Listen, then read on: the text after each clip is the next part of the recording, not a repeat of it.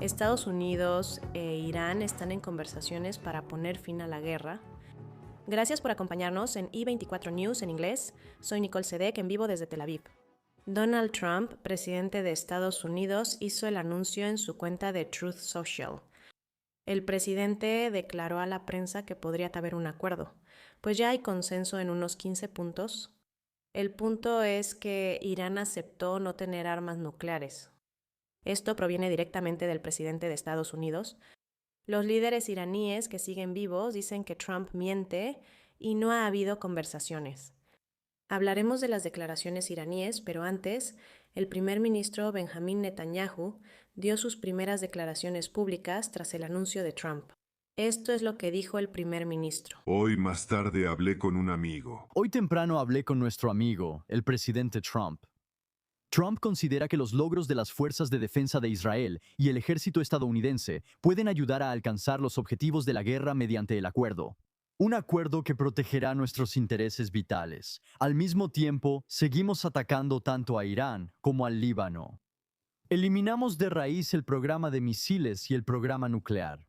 Seguimos dañando gravemente a Hezbollah. Hace unos días eliminamos a 2 científicos nucleares más y la mano sigue extendida. Protegeremos nuestros intereses vitales en cualquier situación. Vamos directamente a la Casa Blanca ahora para una actualización de nuestro corresponsal senior en Estados Unidos de I24 News English, Mike Wagenheim, que nos acompaña desde Washington. Mike, quiero preguntarte sobre lo que dijo el primer ministro israelí. ¿Hay señales de coordinación entre Israel y la Casa Blanca? Porque estas declaraciones del presidente de Estados Unidos ciertamente tomaron por sorpresa a la mayoría del público. Sin duda ya tuvimos un caso similar el año pasado cuando el primer ministro Netanyahu visitó la Casa Blanca tras estar en Hungría, supuestamente para hablar de los aranceles del Día de la Liberación que Trump acababa de imponer. La reunión fue para decir, estamos hablando con Irán sobre un acuerdo nuclear y queríamos avisarte. No es inédito que falte coordinación en ese aspecto.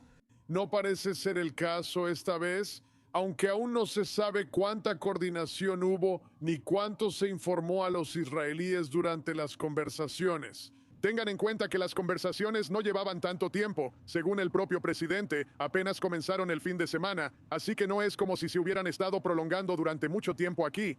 Consideren que los israelíes fueron quienes señalaron al presidente del Parlamento iraní como la persona con la que Trump realmente contactó. Parece que sí existe coordinación y conocimiento sobre lo que esas conversaciones implican. La profundidad aún no se conoce con exactitud. Trump ha sido cambiante con el primer ministro Netanyahu, aunque en general lo ha apoyado públicamente. A veces he comentado sobre él, pero en general Trump ha dicho que hay estrecha coordinación durante toda esta guerra. Su administración dice que los israelíes son fáciles de tratar y muy confiables. Y desde ese punto de vista, no me haría pensar que haya algo gestándose de fondo en cuanto a una falta de coordinación. Muy bien, Mike. Mientras hablas, solo una actualización rápida para nuestros televidentes. Sirenas suenan en Eilat, sur de Israel, alertando sobre el lanzamiento de un misil balístico desde Irán, poco después de una advertencia temprana a los residentes. Así que, una vez más, las sirenas están sonando ahí en este momento. Trataremos de dar más actualizaciones a nuestros televidentes. Pero mientras tanto, Mike, quiero volver contigo. El momento en que llegan estas declaraciones del presidente de Estados Unidos parece aclarar el ultimátum de 48 horas que dio a Irán para abrir el estrecho de Hormuz o enfrentar ataques militares de Estados Unidos contra las plantas de energía de Teherán. Mike, no sé si os tententes, dar en ayosho sin entendase. El estrecho de Hormuz ya está abierto, o al menos lo suficiente como para satisfacer al presidente de Estados Unidos. No parece estar abierto y casi no ha habido movimiento de Irán.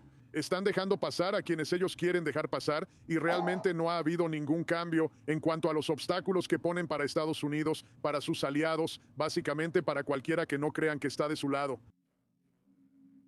¿Creen que está de su lado, que clasifican de su lado? Es importante señalar aquí que Trump se puso una fecha límite. Con los iraníes ha sido estricto con las fechas límite porque no avanzan en las conversaciones. En este caso hay algo de estrategia involucrada. A menudo Trump tiene su propia diplomacia única y ciertamente puede ser propenso a la hipérbole.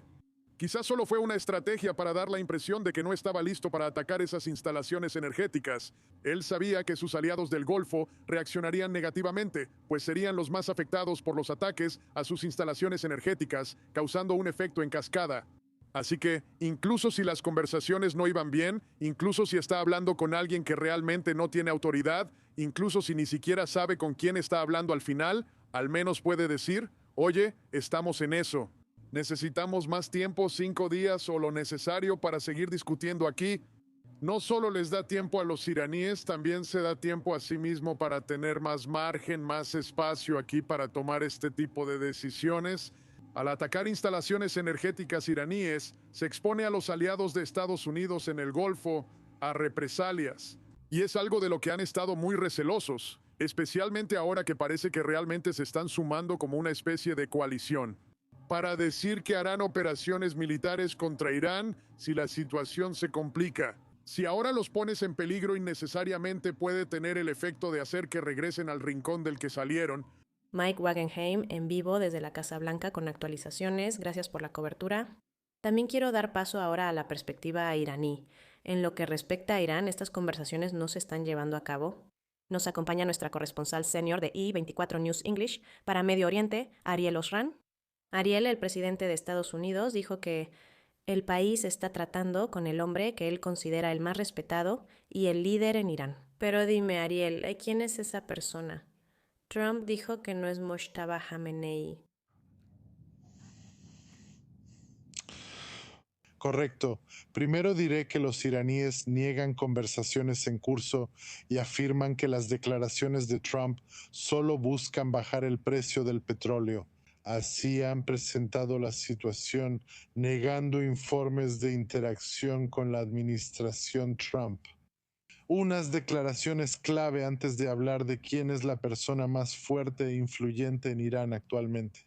Por ejemplo, el propio asesor militar del líder supremo, el recién nombrado Mohsen Rezai, dijo que obviamente no hay negociaciones, afirmando que la guerra seguirá hasta que Irán reciba compensación, se levanten sanciones y haya garantías legales internacionales contra futuras intromisiones de Estados Unidos. Ahora, públicamente están diciendo que no es la primera vez que han participado o que en ocasiones anteriores, cuando han entablado conversaciones con Estados Unidos, tanto en junio como ahora, durante esas negociaciones Estados Unidos básicamente hizo que todo se viniera abajo, literalmente, y comenzó a atacar a Irán. Ahora, en cuanto al hombre fuerte al que Trump señala como quien toma las decisiones en Irán, se refiere obviamente al presidente del Parlamento iraní, Mohammed Bakir Kalibaf.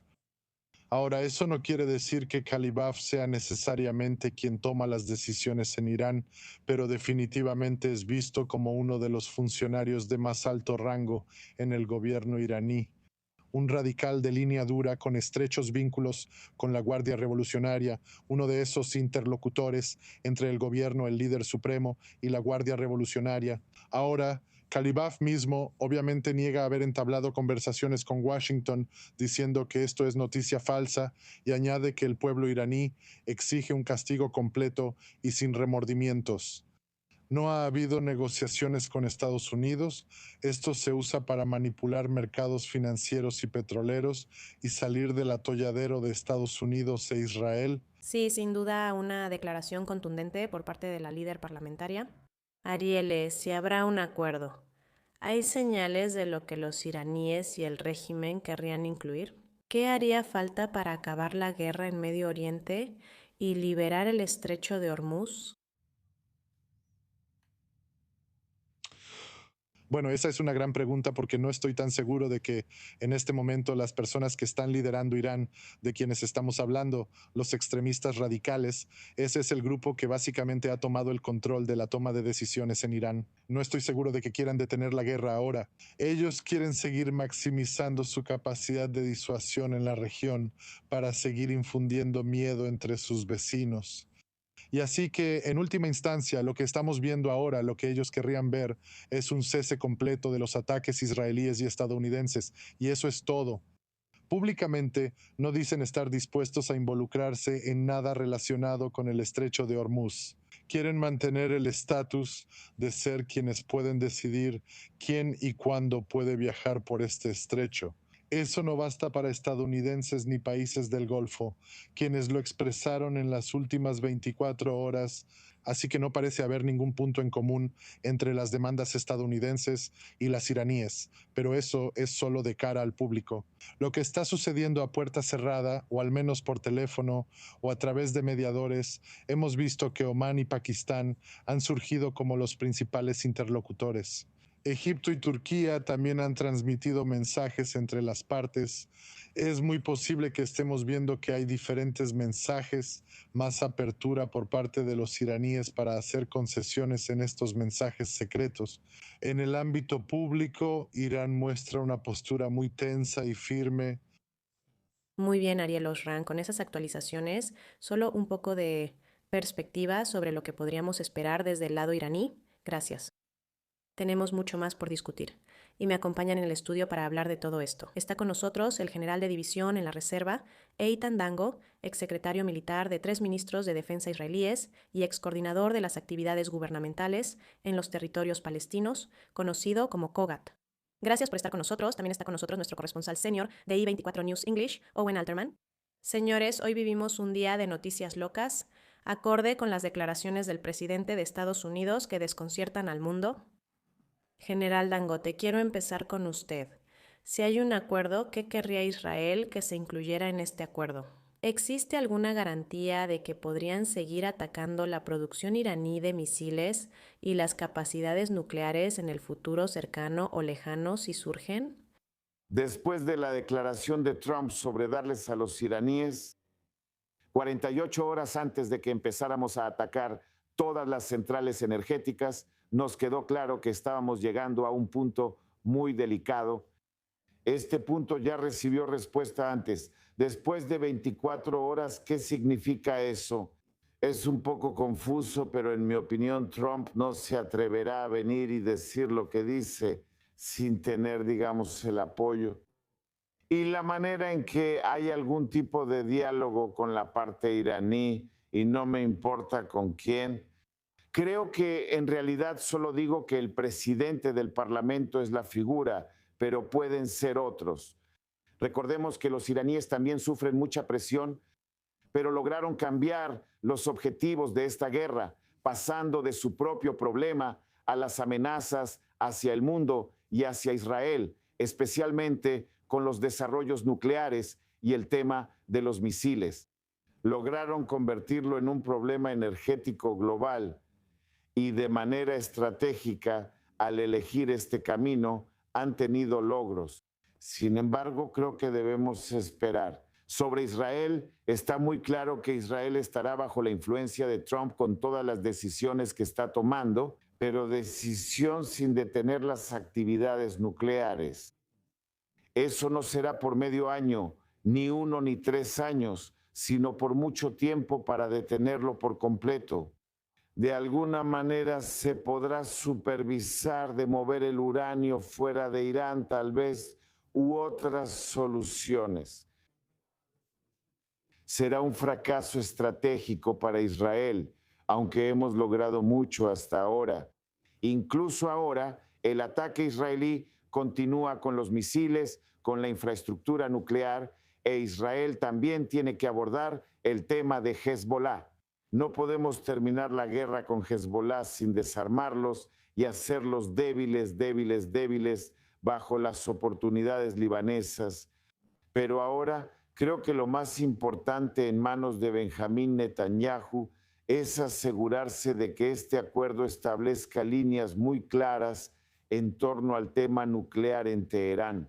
Sin eso fallaremos y en muy poco tiempo se renovará y será mucho más difícil. Owen, ¿se sabe cómo recibe la noticia del acuerdo tanto el público israelí como la coalición? El primer ministro realiza un consejo de emergencia con líderes de su coalición, no con el gabinete de seguridad. Correcto. Y Nicole, parece ser con ambos. Primero con líderes de la coalición y luego con el gabinete de seguridad reducido.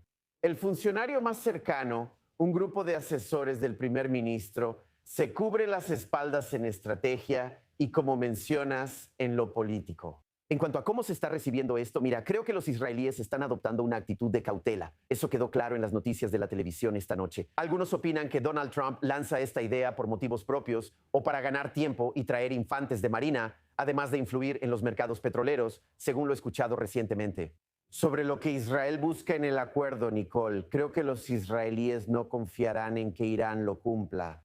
Y por esa razón, creo que solo hay un punto que realmente le importará a Israel, y son los 440 kilogramos de uranio.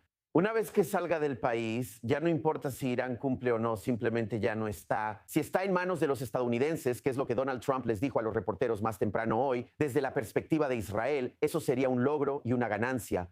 Sobre lo demás, las promesas de Irán de no enriquecer uranio ni desarrollar misiles balísticos son poco creíbles. Se asume que Irán lo hará de todos modos a gran profundidad bajo tierra y no es confiable. Desde el 7 de octubre, la Estrategia de Seguridad Nacional de Israel no busca disuadir, sino destruir la mayor cantidad posible de capacidades del enemigo, aprovechando el tiempo que Israel tenga hasta que se agote el margen diplomático o político de Estados Unidos. Esa es la estrategia de Israel desde el 28 de febrero y sigue igual hasta que termine el plazo. Ciertamente la sensación es que diga lo que diga Irán, no necesariamente será la verdad en todo esto. Esa será la suposición aquí. Esa será la suposición, sobre todo desde Israel.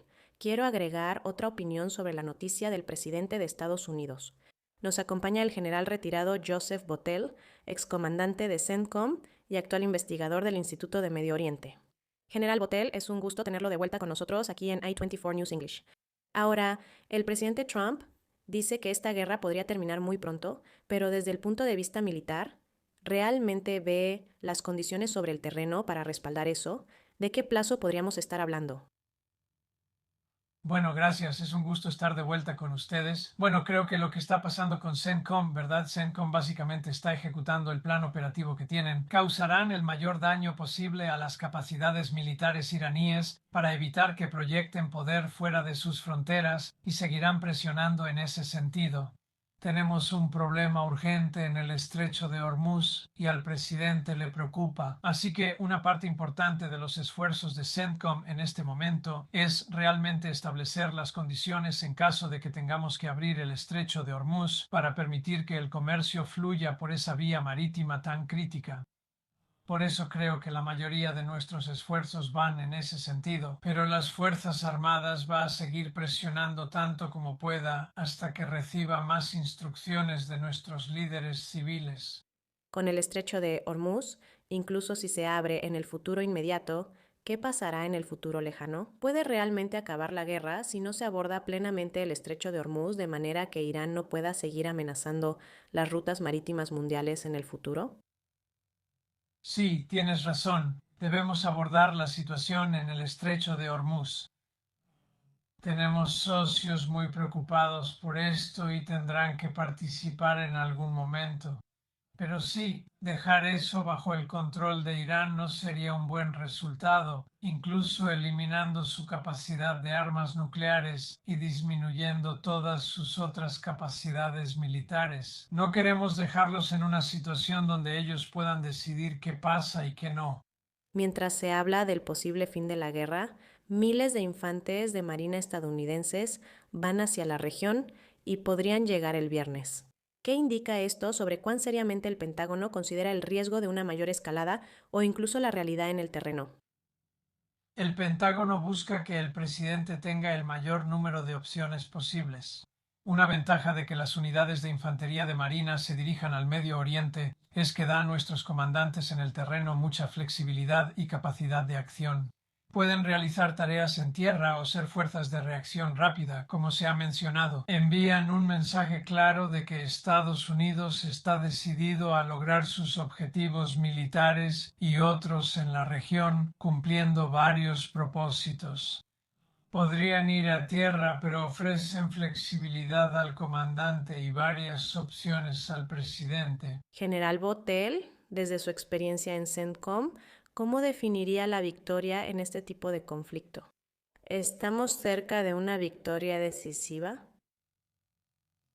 CENTCOM y los israelíes están avanzando y reduciendo las capacidades militares del régimen iraní. Eso en sí mismo no es un logro significativo. Creo que a nivel estratégico hay realmente tres cosas que el presidente busca aquí. Uno, es básicamente un régimen desarmado aquí que no representa una amenaza para la región, no representa una amenaza para sus vecinos y ciertamente no representa una amenaza para Israel ni para Estados Unidos. Además, no puede amenazar militarmente a sus vecinos. Debe permanecer en sus fronteras y no desarrollar capacidad nuclear ni buscar armas nucleares. Así que creo que si se pudieran lograr esas tres cosas, y por supuesto, eso incluye no amenazar el estrecho de Hormuz, entonces creo que para mí eso es lo que significa ganar en este momento. General Botel, es un gusto tenerlo con nosotras y escuchar su perspectiva, muy relevante y una perspectiva valiosa, especialmente en este momento. Muchas gracias. Regresando al estudio, mientras discutimos cómo sería una victoria para Estados Unidos, general de división Dango, cómo sería una victoria para Israel. Todo apunta a que Israel no acabará esta guerra. Entonces, ¿cómo podría declarar victoria? Creo que el primer punto es que Israel logre o logrará poner una X en el tema nuclear. Este es el tema y la razón principal de esta guerra, porque dices que el comportamiento del liderazgo iraní, después de que incluso reemplazaron a Khamenei, es muy peligroso para Israel y para el mundo. El hecho sobre el desarrollo nuclear, el lanzamiento de un misil con un alcance de 4.000 kilómetros, es una señal muy grande para Israel y también para otras naciones, mientras que Europa permaneció en silencio. No reaccionaron ni comentaron nada. Esta debilidad la aprovecharán los iraníes en el futuro.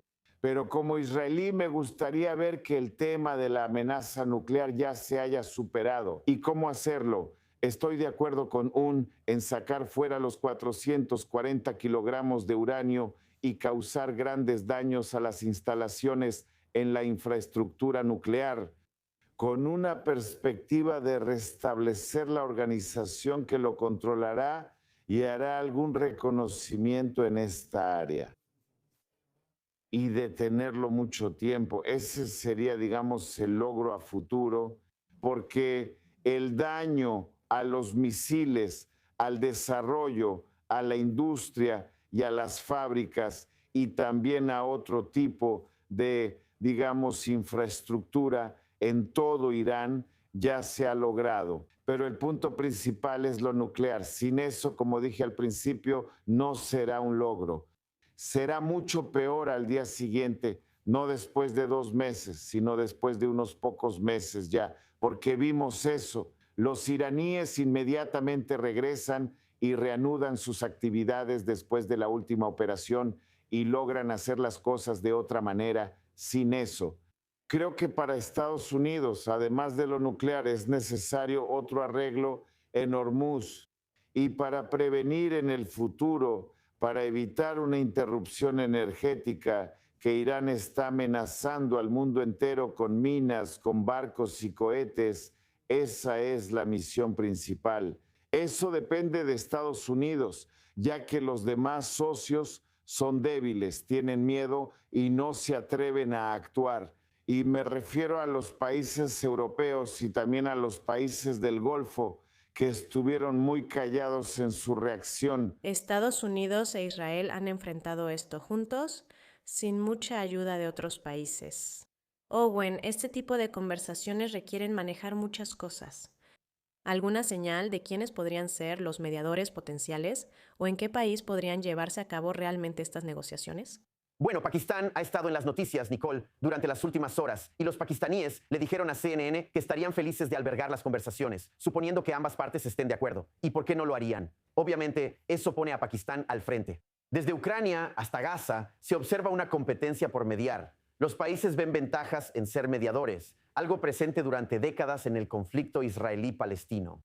Que los países ven un verdadero valor de prestigio y un valor en política exterior al intentar ser los que están ahí organizando las conversaciones. También lo hemos visto con Francia y Líbano en las últimas 2 semanas. Así que tiene sentido que los pakistaníes vean esto como un premio.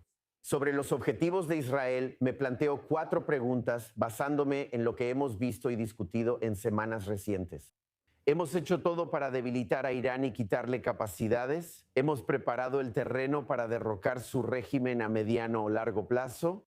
Tercero, ¿qué pasa con el equilibrio de poder en la región? ¿Hacia dónde se inclinan los estados del Golfo después de esto? ¿Siguen siendo parte de la esfera de influencia estadounidense o se inclinan más hacia Irán? Y cuarto, quizá lo más crucial, tal vez a esto se refería Etaña en su video más temprano hoy. ¿Hemos preservado la libertad de acción de Israel para volver e imponer cualquier límite sobre Irán que nos fijemos respecto a su programa balístico, su programa de misiles balísticos o su programa nuclear en el futuro para que podamos tener otra ronda si Israel lo considera necesario? Preguntas muy importantes.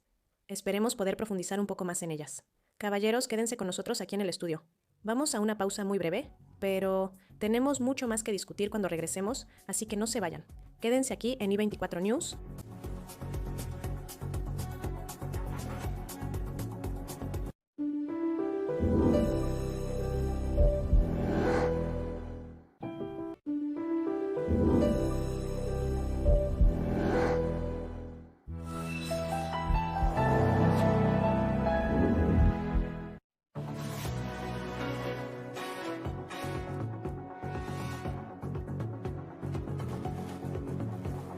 Gracias por seguir en i24 News.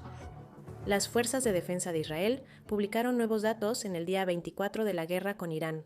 En 3 semanas, Israel destruyó unos 330 de los aproximadamente 470 lanzadores de misiles balísticos que se estima que tiene Irán. Más de la mitad de los lanzadores fueron eliminados en ataques y el resto al destruir túneles donde estaban almacenados. Hace 30 minutos sonó una sirena en Eilat, Israel, por el lanzamiento de un misil balístico desde Irán. No se han reportado heridos, pero para una actualización sobre ese tema, queremos enlazarnos con nuestra corresponsal de i24 News, Balik Sedin. Se pensaba que los lanzamientos de misiles balísticos iraníes hacia Israel parecían haberse calmado, pero en los últimos 30 minutos ocurrió otro lanzamiento desde Irán. ¿Tienes alguna actualización que puedas compartir sobre lo que vimos en Eilat? Sí, en la última hora hubo 2 lanzamientos, uno en Dimona y otro en Eilat hace media hora. En ambos casos el misil fue interceptado y no se reportaron heridos ni daños según autoridades israelíes. En ambos casos estamos hablando de una interceptación exitosa, pero aquí en el centro ha estado tranquilo desde ayer a la medianoche. Esto significa que casi 24 horas sin sirenas en Tel Aviv, Ramat Gan o alrededores, solo esta mañana. La andanada de misiles en realidad incluía munición, es decir, munición de racimo que causaron daños, pero no se reportaron heridas graves como resultado de ello. Fue un día tranquilo en el centro de Israel, pero el frente norte muestra otra realidad. Varias personas resultaron heridas en Kiryat Shmona por cohetes de Hezbollah. ¿Puedes dar detalles del incidente? Sí, durante el día Hezbollah lanzó varios misiles y ataques con drones al norte de Israel, activando sirenas en zonas como la Galilea Occidental y la Alta Galilea.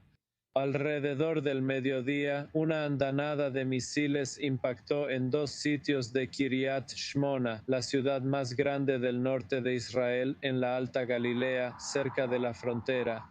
En uno de estos lugares el autobús se detuvo y el impacto ocurrió justo frente a él. Por eso el vidrio del autobús se rompió y el conductor resultó gravemente herido. Fue llevado al hospital donde sigue internado. Un adulto mayor de 80 y tantos años está en condición leve y otra persona tiene síntomas de ansiedad. 3 víctimas en este ataque en específico. Esto ocurre un día después de que una persona muriera en Misgaf, un pueblo fronterizo, pero en realidad fue fuego israelí dirigido hacia él. Pero esto habla, por supuesto, de la situación muy difícil y complicada justo en la frontera. Estamos hablando de un tiempo muy corto para que los residentes del norte lleguen a un refugio. Solo mencionar otro desarrollo interesante. La División 91 de las Fuerzas de Defensa de Israel, que opera dentro del Líbano, ha capturado a 2 de las unidades de élite de Hezbollah, la unidad Radwan, que estaban intentando disparar misiles balísticos antitanque, misiles guiados antitanque hacia las fuerzas israelíes que operaban dentro del sur del Líbano.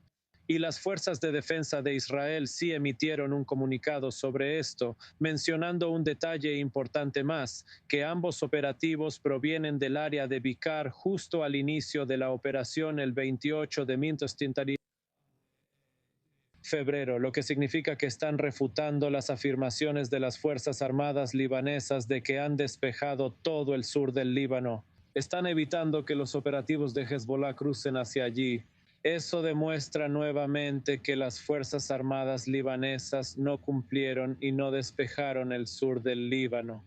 Gracias por las actualizaciones, compañera Ladín. En el estudio siguen conmigo el general de división en la reserva, Eitan Dangote, y nuestro corresponsal senior de I-24 News, Owen Alterman. General de división Dancot, al hablar de la situación en Líbano y el posible alto al fuego o acuerdo relacionado con Irán, ¿cómo podría eso afectar también al Frente Norte? ¿Esto no tendría relación con las conversaciones de Trump e Israel? ¿Aún podría iniciar la guerra si fuera necesario? Algunos comentarios. Primero que nada, en mi opinión, hay una relación muy estrecha entre lo que suceda en Irán y Hezbollah, porque tenemos que recordar que Hezbollah es el principal brazo de Irán en la zona. Y durante muchos años han creado un ejército tan grande que incluso controla el Líbano, y el ejército libanés no puede hacer nada en su contra. En segundo lugar está la misión. Un acuerdo con Irán perjudicará a Hezbollah porque Hezbollah puso todos sus esfuerzos para crear una especie de ayuda a Irán para participar, y muy claramente retoman este tipo de guerra con Israel. Así que, en mi opinión, Israel tiene que diferenciar entre Irán y Hezbollah. Hasta que no haya un acuerdo, tenemos que ver a Irán como el frente principal en la que debemos poner todos nuestros esfuerzos para lograr cada vez más avances respecto a los objetivos o metas que tenemos en Irán. En segundo lugar, pero no como una misión menor, está Hezbollah. ¿Por qué? Porque la misión principal de las fuerzas de defensa israelíes es brindar protección a la población que viven especialmente en el norte. Para esto necesitamos tiempo, mover lentamente las fuerzas terrestres y aéreas, y dependerá de lo que se libere. Pero una cosa, no podemos terminar esta guerra sin el hecho de que controlemos una zona de amortiguamiento dentro del Líbano que no dé ninguna oportunidad de lanzar misiles antitanque contra nosotros. En segundo lugar, mover muy profundamente la capacidad de Hezbollah para lanzar cohetes. Y tercero, atacar la sede de Hezbollah en Beirut, en el Baker.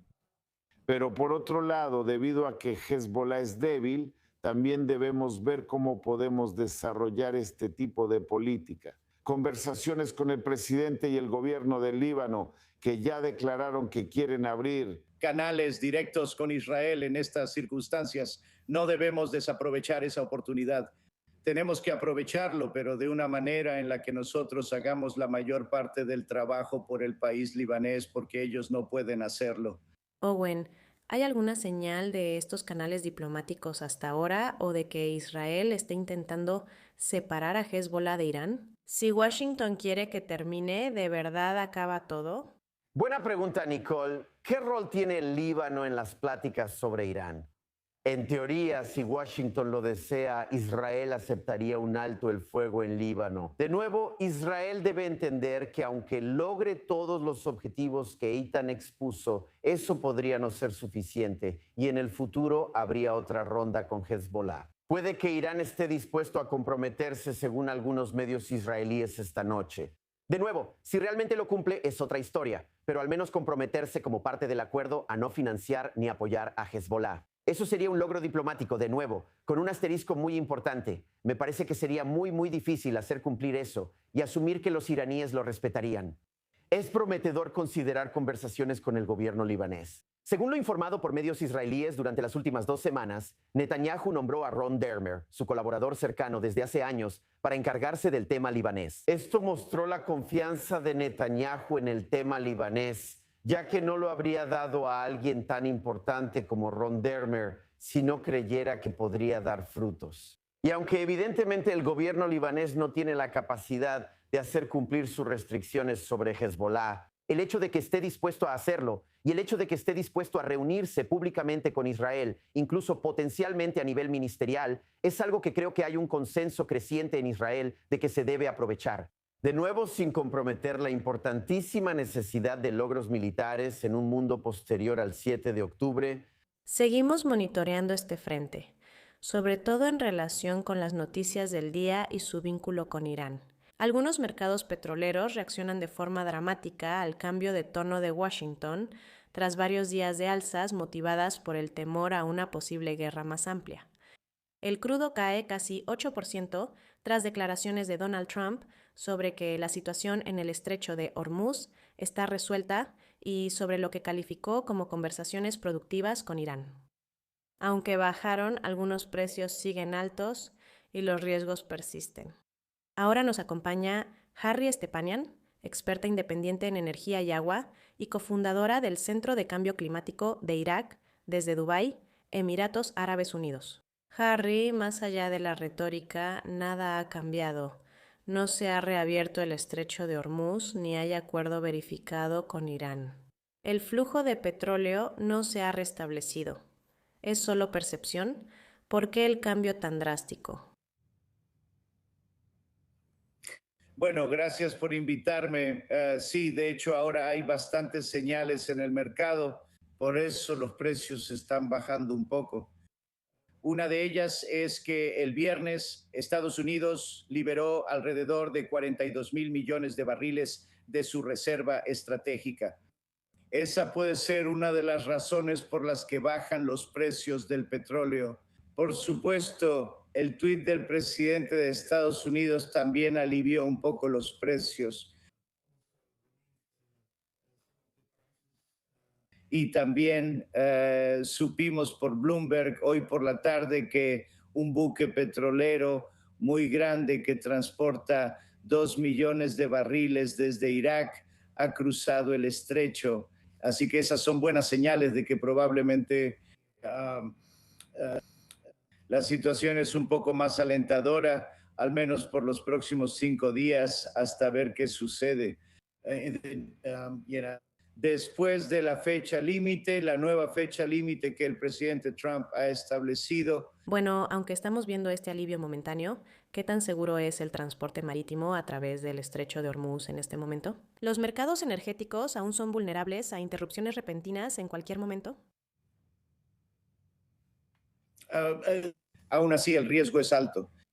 Aún así, la prima del seguro de los buques es bastante alto.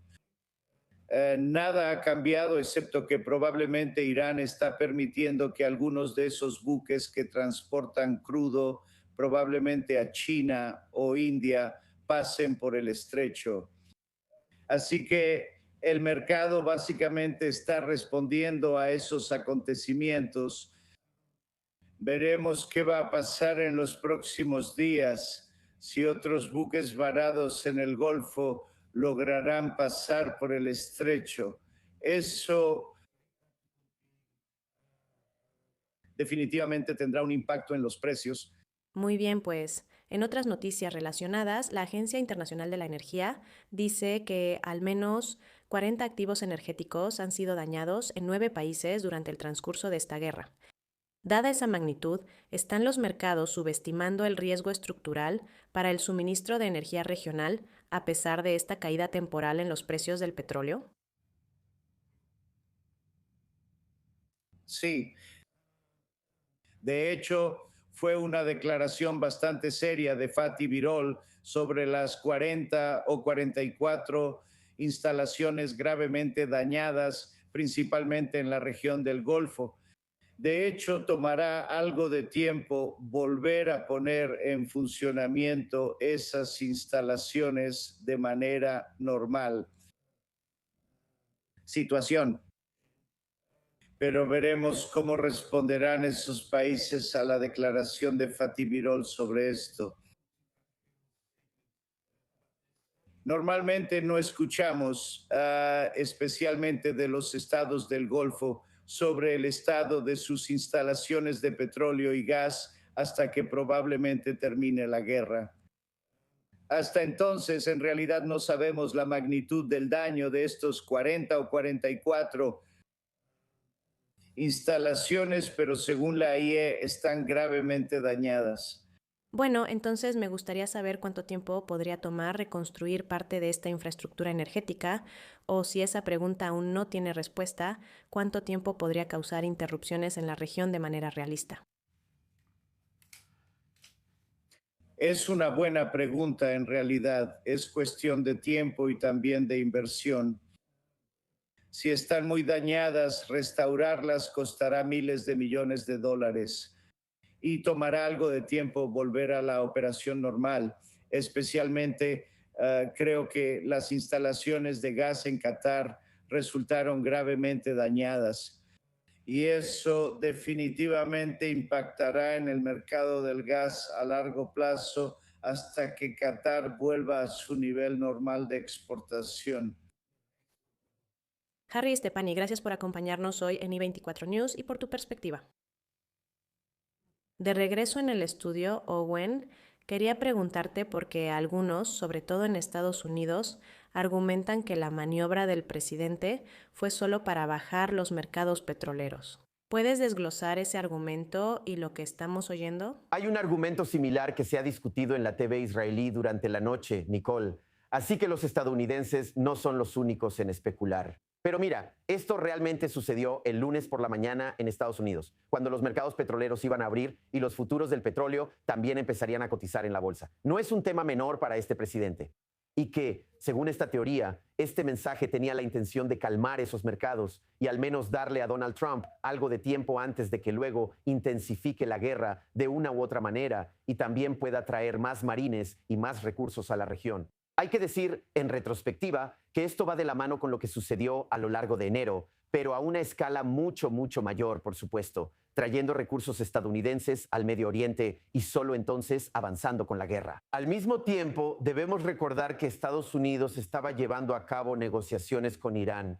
Hablando en términos más generales, me parece que no hay sustituto para un plan creíble que abra el estrecho de Hormuz en una medida razonable y en un periodo de tiempo razonable por parte de las Fuerzas Armadas estadounidenses. Esta idea de amenazar o tratar de disuadir a los iraníes tomando la isla de Karg o atacando la infraestructura energética, Nicole, simplemente no ha funcionado porque los iraníes simplemente han dicho que subirán la apuesta y por lo tanto no ha resultado ser una amenaza creíble ni una forma creíble de disuadirlos. Considero que no hay sustituto para usar la marina u otro recurso militar necesario y abrir el estrecho en un tiempo razonable de forma creíble.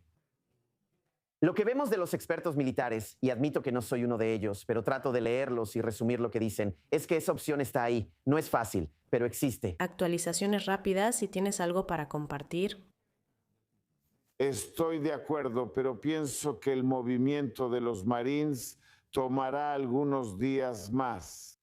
Puede ser que Trump quiera ahorrar tiempo esta vez para no causar un daño profundo al mercado del petróleo. Como mencioné, Trump va por otro rumbo hoy y lo intentarán. Mantener a los Marines también es una medida de cara al futuro.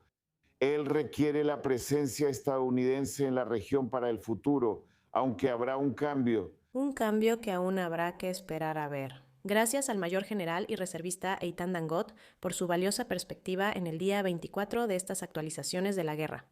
Muchas gracias, Eitan. Bueno, ahora vamos a lo que vimos realmente fuera de la región. En un ataque incendiario antisemita, varias ambulancias en Londres, pertenecientes a la organización judía de rescate voluntario Hatzalah, fueron incendiadas afuera de una sinagoga la mañana del lunes. El ataque causa temor entre los judíos británicos. En su mayoría, los servicios de inteligencia han logrado evitar atentados terroristas mortales.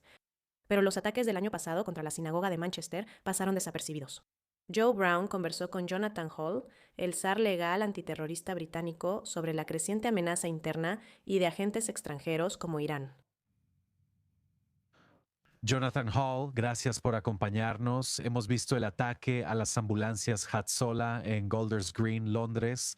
El año pasado hubo un ataque terrorista mortal en una sinagoga de Manchester durante Yom Kippur y otro ataque potencialmente más grave fue evitado en la misma ciudad. ¿Deberían preocuparse los judíos británicos? Sí. Creo que ahora hay cada vez más evidencia, creo que está bien decir esto, de un vínculo entre el antisemitismo en las calles y el antisemitismo en línea y quizá el antisemitismo en los hogares de las personas y los ataques terroristas. Sí, me parece que algo ha pasado en el Reino Unido. No recuerdo que al crecer hubiera cánticos de muerte casi del tipo de Medio Oriente. Hemos tenido cánticos de muerte contra las fuerzas de defensa de Israel, así como la importación de símbolos y una mentalidad sobre matar. En otras palabras, hemos visto en protestas en Londres el uso del triángulo rojo de Hamás, que como sabes, es un símbolo para marcar objetivos. Es fácil pasar de odiar a los israelíes y justificarlo diciendo que todos pueden hacerlo, ¿no? Por el genocidio. Por lo tanto, ahora vamos a odiar a los sionistas. Y es un paso muy corto, si no es que ya se ha dado, decir, bueno, en realidad los judíos son un objetivo legítimo para cualquier tensión internacional que exista en este momento. Ahora, estamos hablando en el contexto del terrorismo. Obviamente, todos están muy interesados en ver si detrás de esto está un agente de Irán. Sabemos que Irán recurre mucho a grupos que actúan por encargo. Puede que así sea, pero supongo que si es un intermediario, entonces debe haber personas dispuestas a hacer el trabajo. Y la mayoría de la gente pensaría que atacar un hospital o atacar ambulancias es algo inaceptable. Mi temor es que el aumento de la retórica antisionista, anti-israelí y antijudía haga que, si es una operación de un intermediario iraní, la gente acepte el dinero y diga que lo hará.